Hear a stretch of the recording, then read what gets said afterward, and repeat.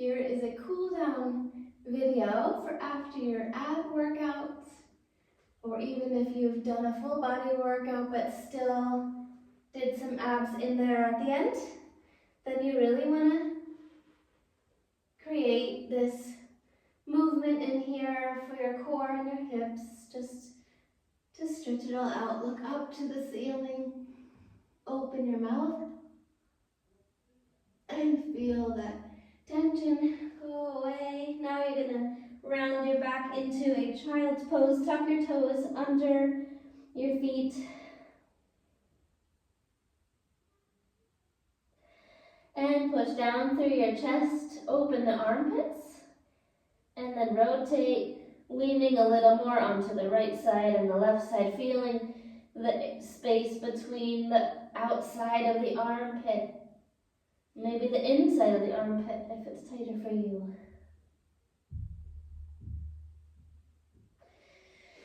Now you're going to sit in a straddle, and you're going to reach with your outside arm, the one on the top. So if you're going to the left side, it's going to be your right arm over top. And you're just reaching your arm by your ear, trying to feel that through the outside arm that we just did in the child's pose, all the way down to your hip. And exhale, move your right foot in and out, just to move the tension in the hip. So the hip now is becoming aware that it can go in different directions and it's safe. And it's creating space for more movement in different ways as you stretch. And reach across to the other side. Come back up. And we're going to do it again. Try and go a little farther. Exhale. And reach across to the other foot. And now we're going to do the other side.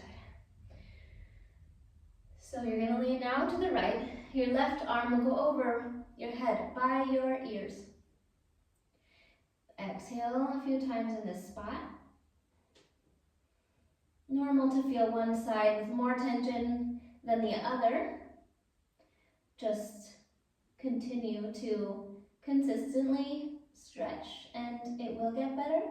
If you have pain, it will start to release some of that tension if the pain is from the tense muscles. And so now we're going to move that hip. The foot you're moving, which will create some space in the hip.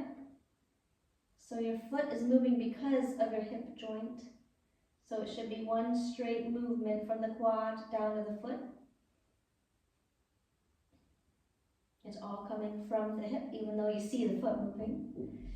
And now you will go across the front, over to your foot, and back up to the middle. Pull your chest back. And one more time, arm to your ear, and reach for your foot, and you should feel much farther than you did the very first time. And reach across.